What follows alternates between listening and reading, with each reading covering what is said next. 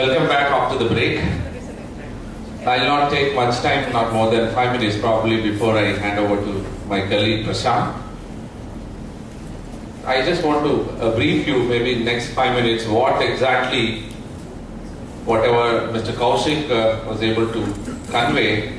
But from the industry perspective, in this kind of conferences, whenever we see the young people, we try to grab a couple of minutes to convey the reality, what's happening in the industry when it comes to the innovation, when it comes to the digital technology transformation, how it is moving on.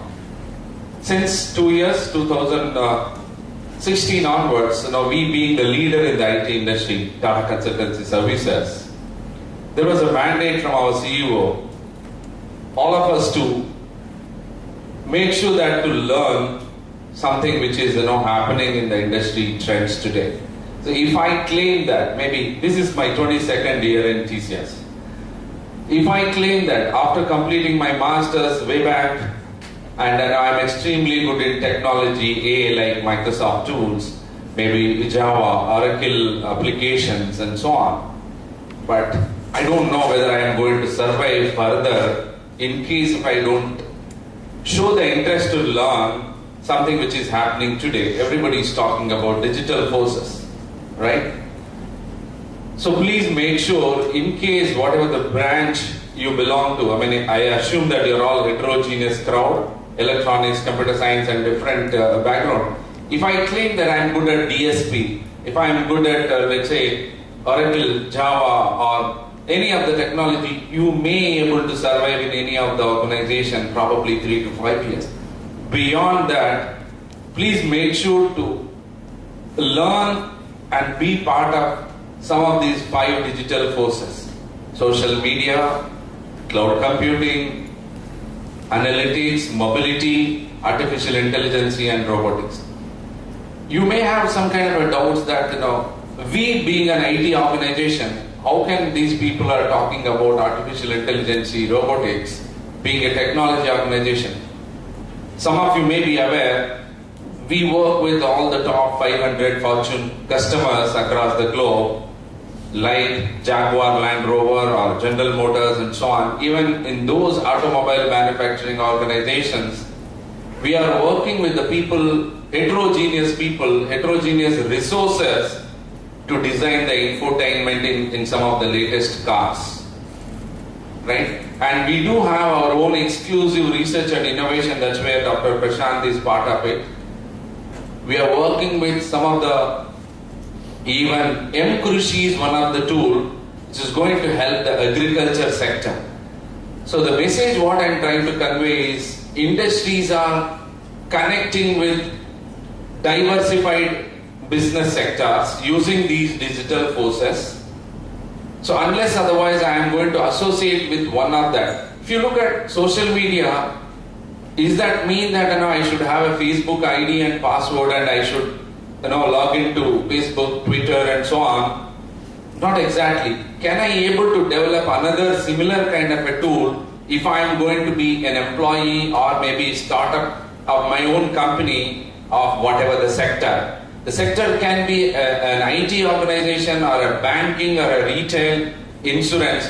Any sector you take, these are the digital forces are going to be, taking it in a very huge and fast growth to grow any of the organization across the globe. For example, if I want to start a small restaurant maybe next to this institute, I don't know how I'm going to do my marketing by sitting maybe in Bangalore. But using some of these social media, which is helping to grow bigger, global, be it a restaurant or any kind of business.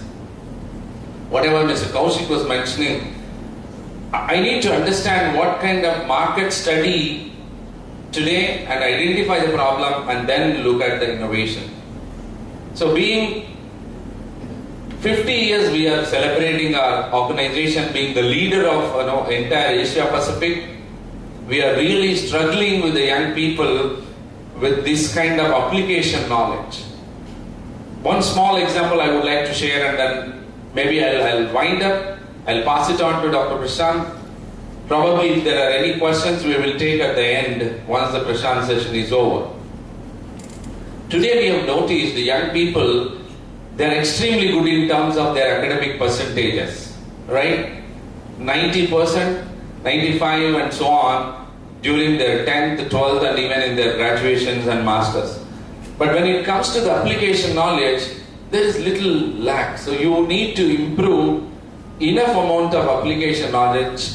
How I am going to get that along with this kind of active participation of conferences, please make sure to try to get a good amount of internships or project works in the industry. I'm not saying that because today I'm making this statement, no, you can, share your resumes from tomorrow onwards and create a huge traffic, in the mail server. No.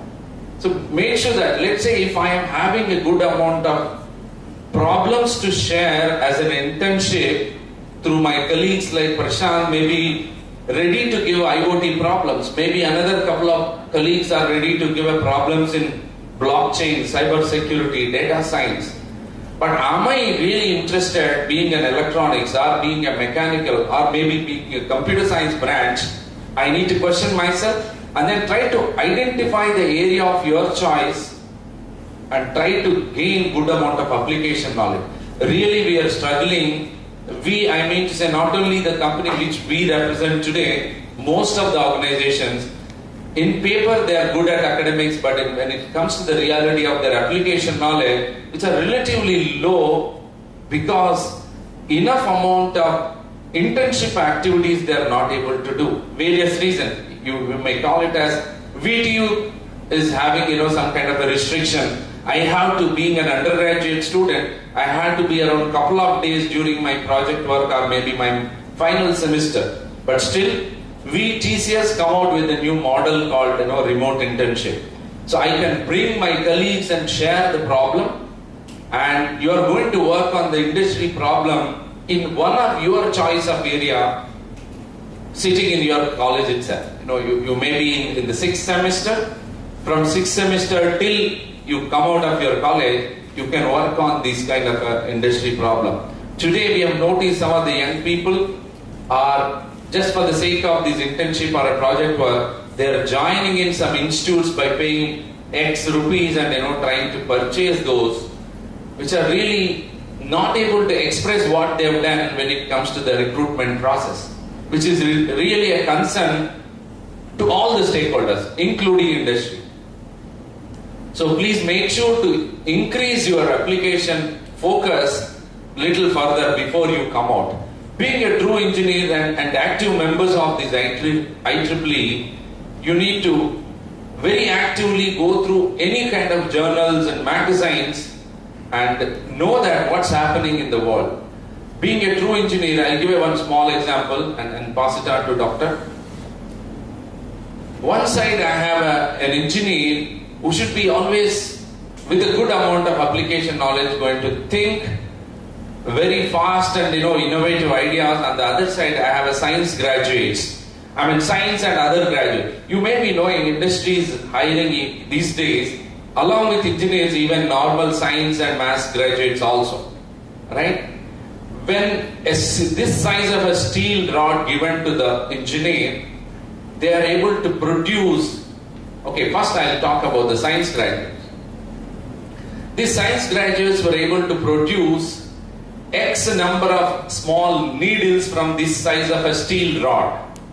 Small needles of X quantity, and which are going to be used in the sewing machine, right, to stitch our shirts and so on. So tailors use predominantly. So X quantity needles they are going to produce. The normal graduates, and they are going to earn Y rupees or Y dollars. On the other side, with high levels of application knowledge, using their technology base, innovative thoughts, they are able to generate X to the power of N small size springs which are going to be used in Switzerland make wrist watches. And they are going to produce, or in terms of the output, Y to the power of N rupees or dollars they are going to bring into the table. So you see the real difference between the engineer, true engineer and a science graduate. So with that, I would like to thank all the stakeholders who make me also to share my views before I pass it on to Dr. Prasant. Make sure to actively participate and utilize the next 2 days and enjoy. Thank you.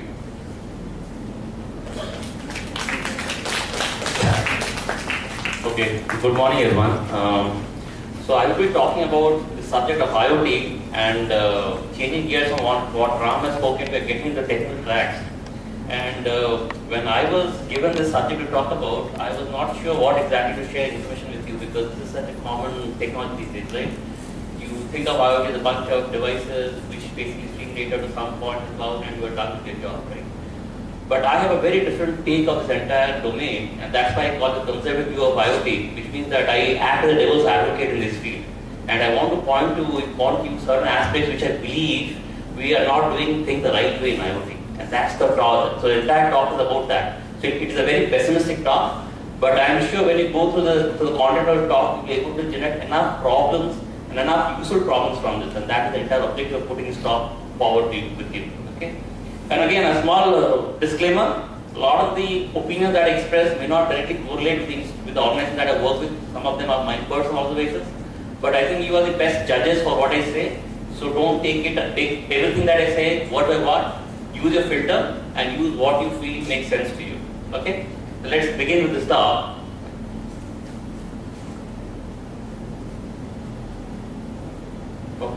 So before we start with this concept of IoT, I think it's important to set the stage, because we must all understand where we all started from and how we ended up in the era of IoT.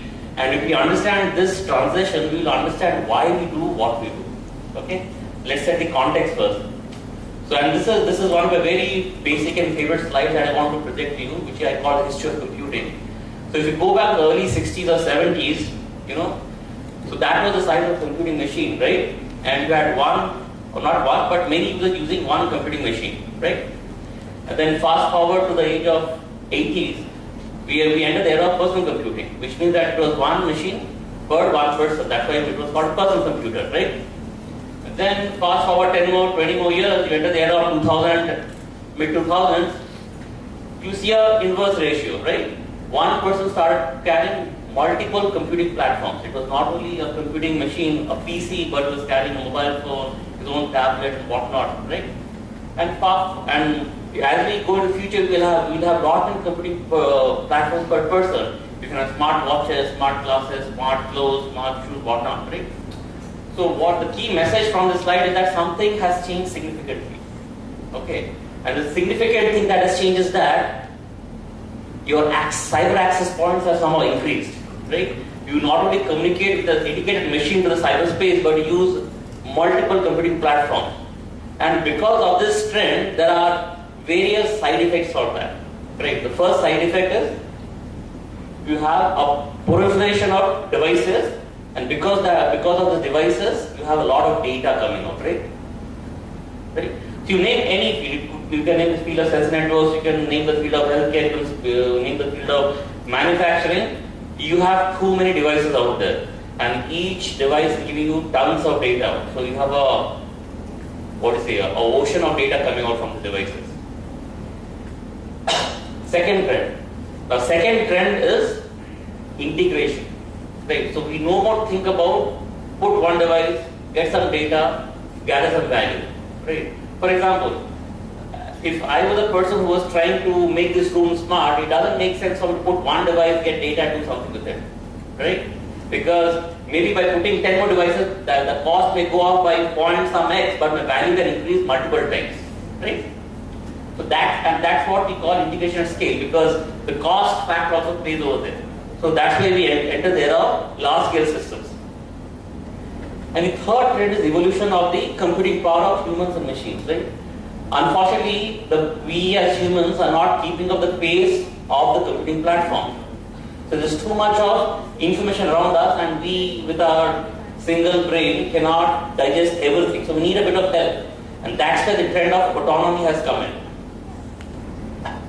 So we want these devices and machines to help us interpret some of the data for us so that we can take a better call, right? So that is the third trend that has come in. Now, because of these three trends, you have three paradigms that have come up, right? So this trend of data and device proliferation. So you have this trend of sensing and actuation, right? You have a lot of data and devices, so that's a trend that comes up.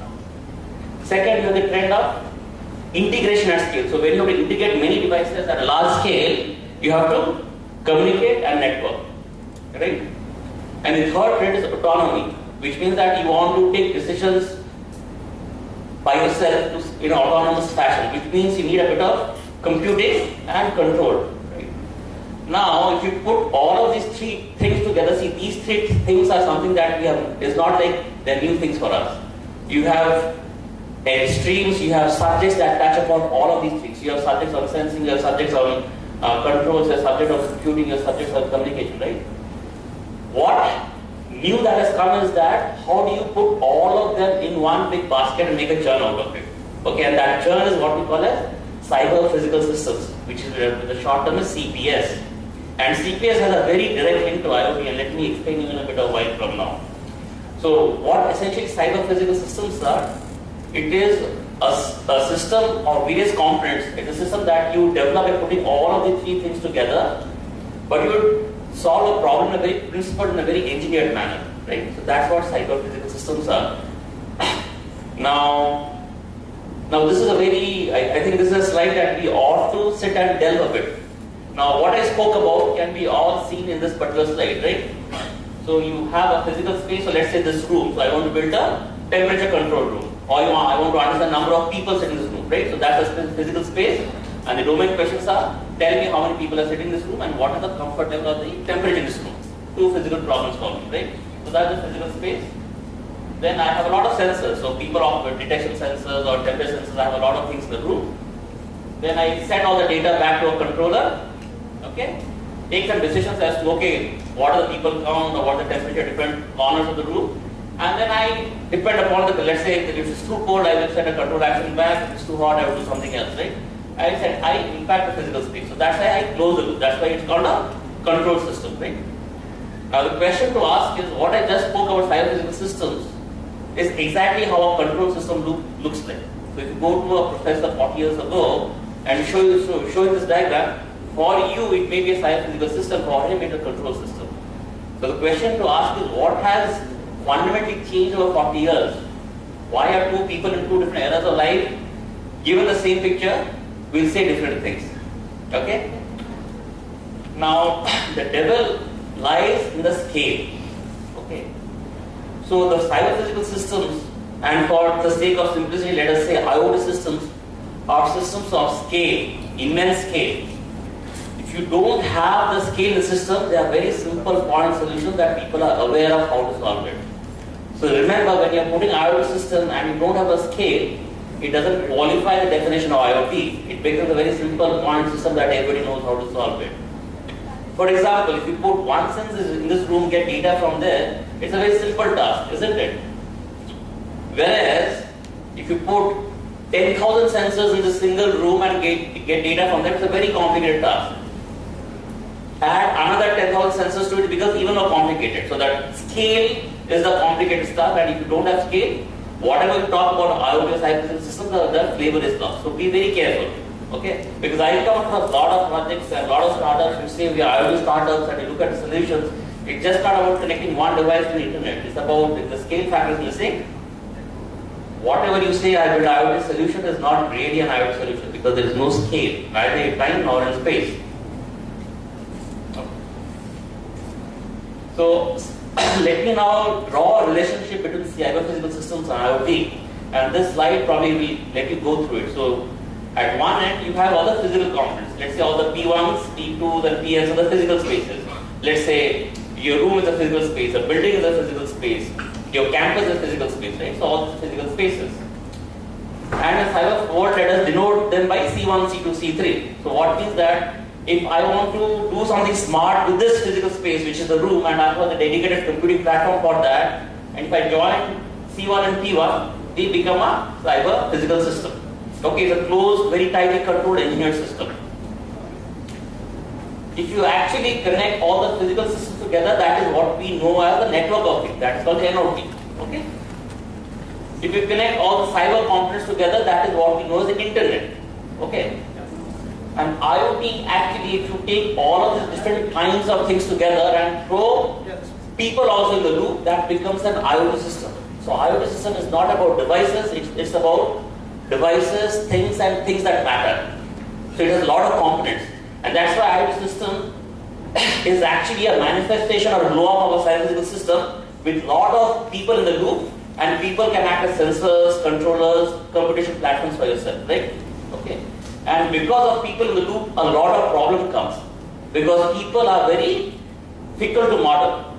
And you never know what call or decisions they will take. So they act as very loose controllers. And controllers that can be influenced very easily. Okay. So as I said, IoT is a system of scale.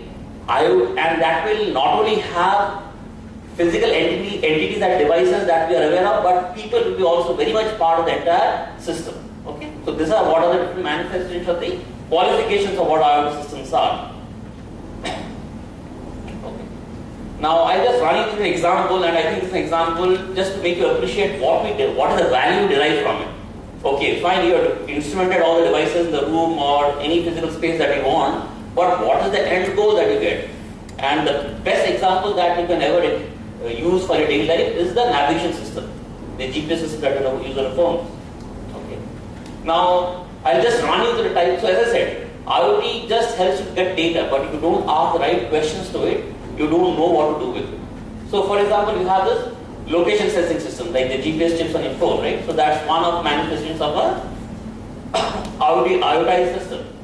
Now if you just switch on your GPS and you don't know what questions to ask, it will show you current location. Okay?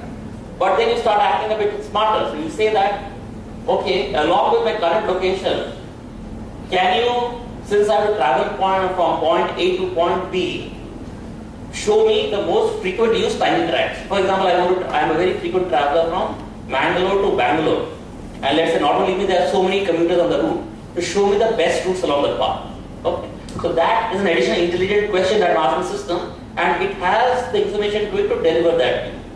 Next, you can add a bit of history. So what you can say is that, okay, I will drive from Mangalore to Bangalore, show me all the good coffee shops along the way. And because people stop while driving at different places and restaurants and coffee shops, it will have the information of it. So it can give you some more fine detail about it now. And then you can actually say that, okay, I will drive from Mangalore to Bangalore, I understand the coffee shops that are on the way, but tell me what are the good coffee shops. So you want a bit of recommendations with them, right? So you see, with the IoT system, you have the data to derive insights, but you have to actually position your questions appropriately to get to the right insight. That is the message I wanted to draw over here. Okay. Now I think this is the devil's advocate part of my talk. So I hope I have set the stage of what IoT definitions are, and these definitions are something that I personally believe in. Also, people may have different versions of it, but this I believe is a global version, and people have nuanced in various ways. And that's what I come back very severely hard on, actually. Okay, and that's what I call IoT past mistakes and future opportunities. Now, with all the background that I've given to you, this was for a very simple reason to define what IoT is, and I have taken a definition from the initial founders of IoT in the way back in the late 90s and early 2000s. So this was a simple definition these folks had in mind when they spoke about IoT, and the definition was as simple as on slide over there.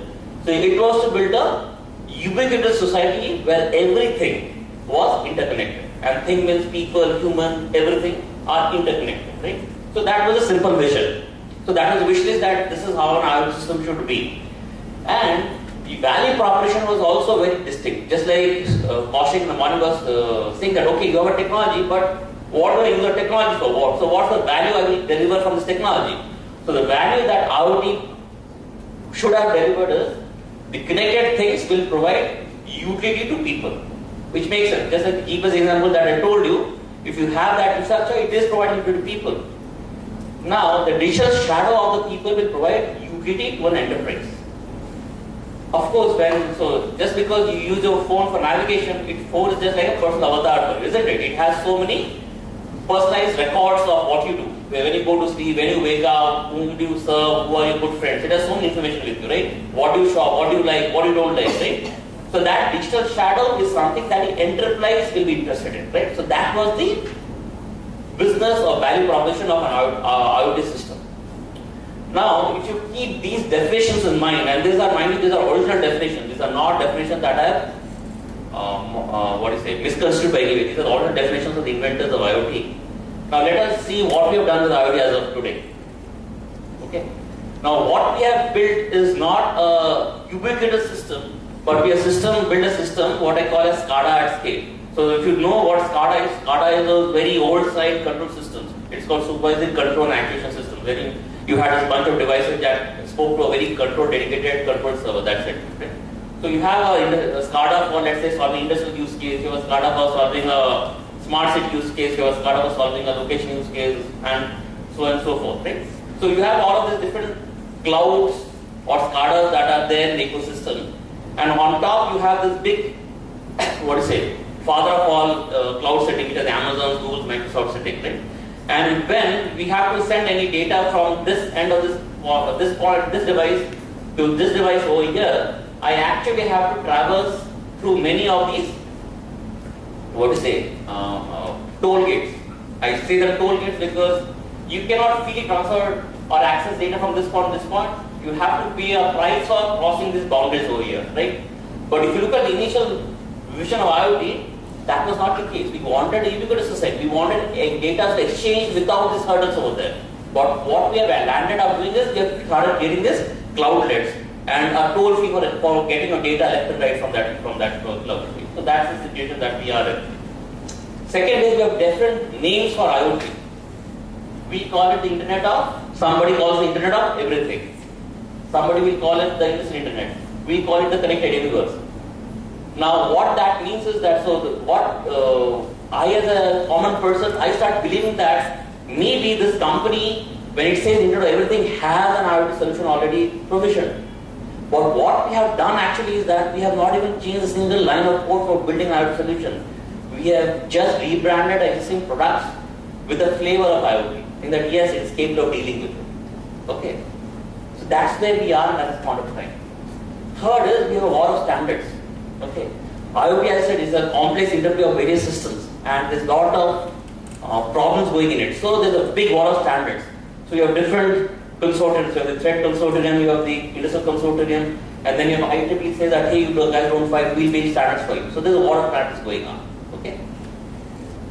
And these are the many assumptions that we use when we build an IoT system. The first, and I think these are the very important points that I believe we should take a note of. First is scale of the system. We believe the IoT system will have hundreds of devices, and the devices will be very tightly coupled. Okay. Second is the device costing will be around $5 and above, whatever it is. Now my very simple question to is that if let me say I was the administration of a college, and tomorrow somebody come and I wanted to make this room smart. Now the question to ask is that what is the price of making this room smart? If I have to put a $5 sensor, which is let's say 500 rupees sensor, and I have to put let's say hundreds of them, it's a very costly proposition to make anything smart. But if I had a 10 rupee sensor, I had to put 1,000 of them, doesn't matter. So what I'm saying is that because the systems are very large scale and that will entail a lot of devices, the device price points have to be very cheap. And unfortunately, we are nowhere in the bracket of cheap devices. So devices are very costly, and instrumenting the devices for getting a smartness out is very, very expensive these days. So I think that is a problem that we face a lot. Second is when we build an IoT system, we always build that on the assumption that we always have connectivity, right? Which is not a fact. It's not only in India, in any developed part of the world also, it's not a fact. We don't have connectivity all the time. And unfortunately, our IoT solutions do not cater to that limitation. You will have drops all the time. Okay? Now, our data collection model is a very centralized model. So we believe that we'll have devices everywhere around. We'll get data, collect in one place, and problem solved, right? But believe me, these systems are very large scale. A centralized model has limitations. It will go to a certain point. Maybe after 5 years it is good. For the next 50 years it's not a good model, right? And that's the path that we follow. We We have a very centralized way of looking at data, and because you have centralized data collection, your data analysis, search, everything centralized. And to give you a very interesting example, just like Ashu was saying in the morning, so you know the smart locks these days, right? You have the smart locks in your door, you control with your phone app. Now just imagine this is the door and I have the smart lock and I have the phone app. Just imagine sequence event that happens. So I open my app, I say unlock command on my app. So that unlock command goes to somewhere in the cloud. I don't know where that cloud sits, somewhere, right? Then it decides if it is me or not, then sends a command to the door in front of me. And I'm just standing a meter away from that door. But the question is that why do I have to do all the circles to go around the world and come to the door which is just 1 meter in front of me? Okay? So think about it. Third point is of, again, the ecosystem is very close. So for example, tomorrow if I have to make this, your campus smart, and I cannot buy all the devices from one vendor because specification of device from one vendor may be a little bit different than other vendor. I may want to go with different types of vendors to get the real value out of it. So if I do that, a watch device won't talk to a Siemens device. Nowhere on earth will ever talk to them. Okay, so I have this vendor gridlock over there. Right? Now if you try to really think what are the fixes for these things and how will it scale over time, I believe, see, the reality is that our systems will be on large scale, but it won't be hundreds of devices. You will have multiple or billions of devices, and that is the immediate locale. Probably if I was giving this talk 30 years from now, you'll have millions of devices in this room, and they're not only far away from me, they are really in a 1 meter perimeter of me. So it's going to be a dense deployment of devices, and the scale is going to be huge, immense. Secondly, the device cost has to really come down to reach that level of numbers, otherwise it's not going to make economic sense for me. Third is we have to build the solutions with the assumption that we have intermittent connectivity. Then only it will be robust. And finally, going forward, I believe the data capture model has to be a combination of distributed centralized models. Otherwise, it's not going to scale well. Now, here is what I believe is going to be the problem over here. Now, see, the question to ask is that why is Google so efficient in giving results to you now? Because our data collection models are centralized. Google gets all the data at one location, so if you run a search query, it will be a very efficient and elegant answer to you. But imagine if you have data stored in different pockets.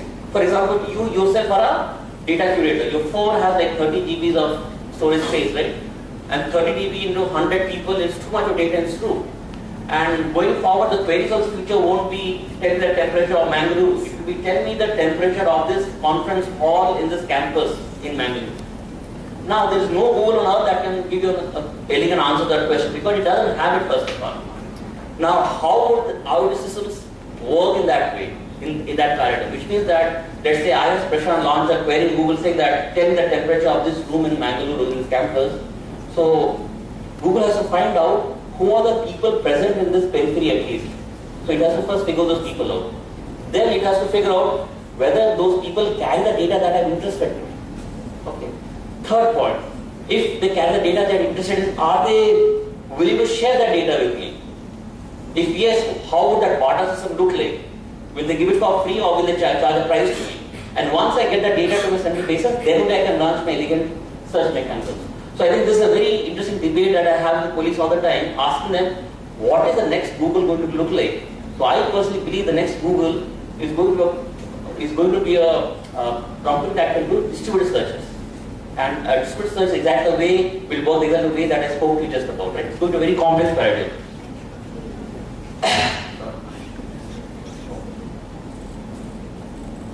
Now some other key questions on IoT. Now, because you have so many devices, so for example, let's say we have reached the price point of 10 rupees sensor and we have deployed, let's say, 100,000 sensors in room. Yeah. Now, it is not physically possible for me to go and configure every sensor. So, let's say that there are 10,000 sensors in room. How can I humanly go and modify the configuration settings for each sensor? Now, the question to ask is that what is that plug-and-play model for IoT? And that is what I call the US model for IoT. So, if you look at your USBs these days, I believe they are the best plug-and-play model because you put that stick on every tap machine on earth, it works. It does something in the background, it works. So I think going forward, our IoT devices have to have a plug-and-play model, and we don't know how that interface looks like. Otherwise, it's not possible to go and manually configure every device on earth. Okay. Next question is, on the analytics level.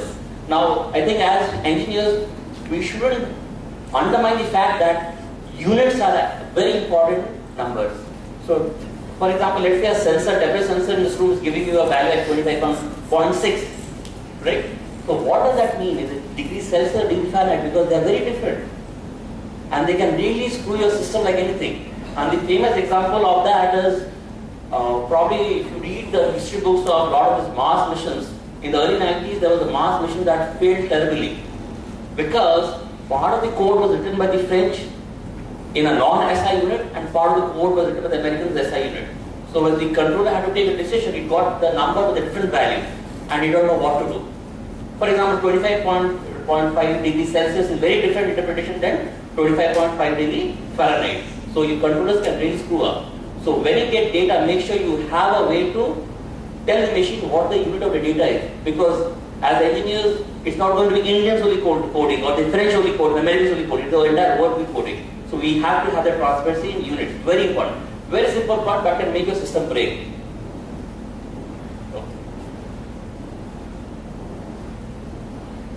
Other thing like that I want to emphasize is that when you build IoT systems, don't build it for lab environments. Because IoT systems are there to solve a problem, right? And real world problems require real world challenges. For example, if you have to build a smart street light and you want to put a small smart gateway box over there, it may work briefly in a lab, but you can see how our devices now work like, right? We spit on the poles, we probably try, if we see something interesting hanging on the poles, we try to pull it out, right? So we actually try to mess with the device over there. So when you build devices and any type of cables around it, make sure you think from the real world perspective. And a very simple example to that was, and that's where, as Kaushal was saying, you must understand what is the need of the stakeholder. I remember around 5 years ago, I built what I believe was a smart water pump, which basically would give you measurements of water flowing through, how much water you use for irrigation, whatever, and I could control that with the phone app. And what we did was that we went to deploy or try out this smart pumps in a village somewhere in North Karnataka. And we were talking to a community of farmers, and I was very spellbound with the type of questions they were asking, and I had no answers for that, because what I had done is that I did not take the requirement for what they were looking for. So I was demonstrating that this smart pump to them, saying that, hey, you can use this phone app to control the pump. You can switch off the pump, switch on the pump, you can see the water flowing through it, you can see so many logs. So he asked me 2 simple questions. The first question was that, see, I am a farmer at farm for probably 4 hours a day on the field, and my phone falls from my pocket every time into the mud. Will your smartphone survive? Because the current phone that I have, we have Nokia 1100. He said it falls on 10 times in the mud and still it works for me. Will the smartphone work? Right? So that typically bowls you out of the park. Second, he says, see, in our village, our network connectivity is very poor. Correct? So will your smartphone get connectivity in the way I want? Because my current phone works very well. Because if you remember the old Nokia's, it had an extended antenna, right? And that actually works very well in this case. Whereas smartphone, because of compactness integration, you will have a lot of challenges with it, right? So what I'm saying is that, of course, we have some ideas in mind, but it's important to first, when you have an idea in mind, to first go and talk to the end user and get an understanding as to, is that what is looking for? So the solution will be designed that way. And when you take those inputs, it may appear that you may be over-engineering the solution in many ways. Okay. See, a lot of examples that I've spoken about, and I probably take last 5 minutes to wind up, I have not spoken these things out of the mind. There are success stories of this kind that exist in the future, and one of the biggest success stories is of location-based services. The entire GPS era that I spoke about.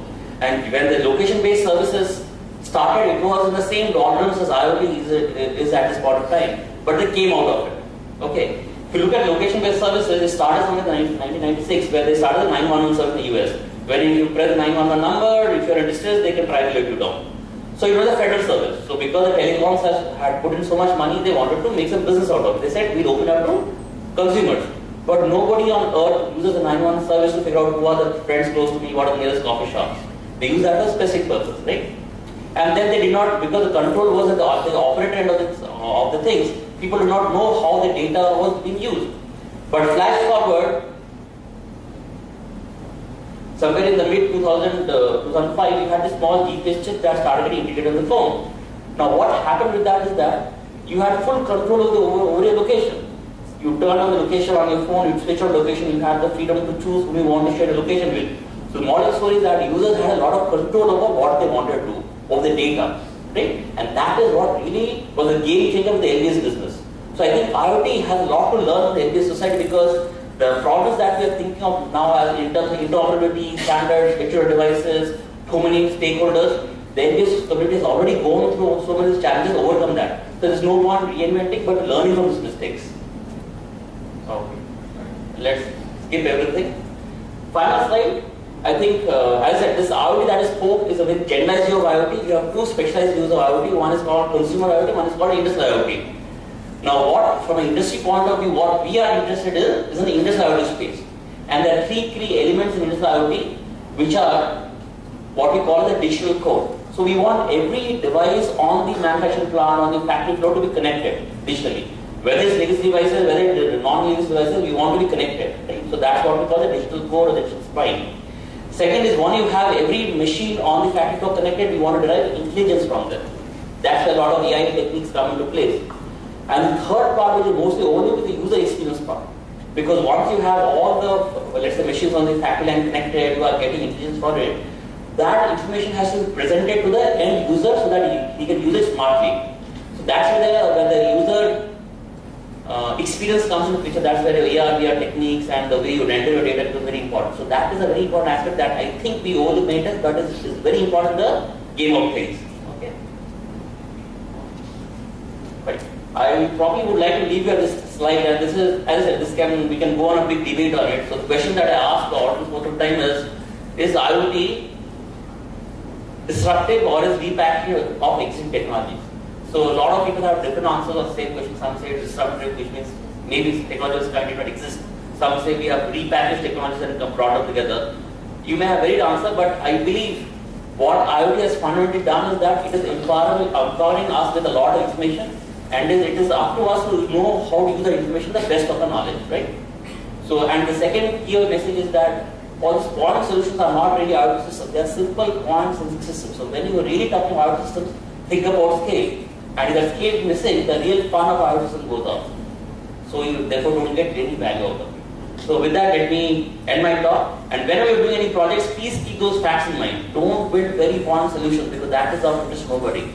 Build solutions that has scale, and because of the scale, you will see a lot of the fun and interesting complicated aspects of IoT.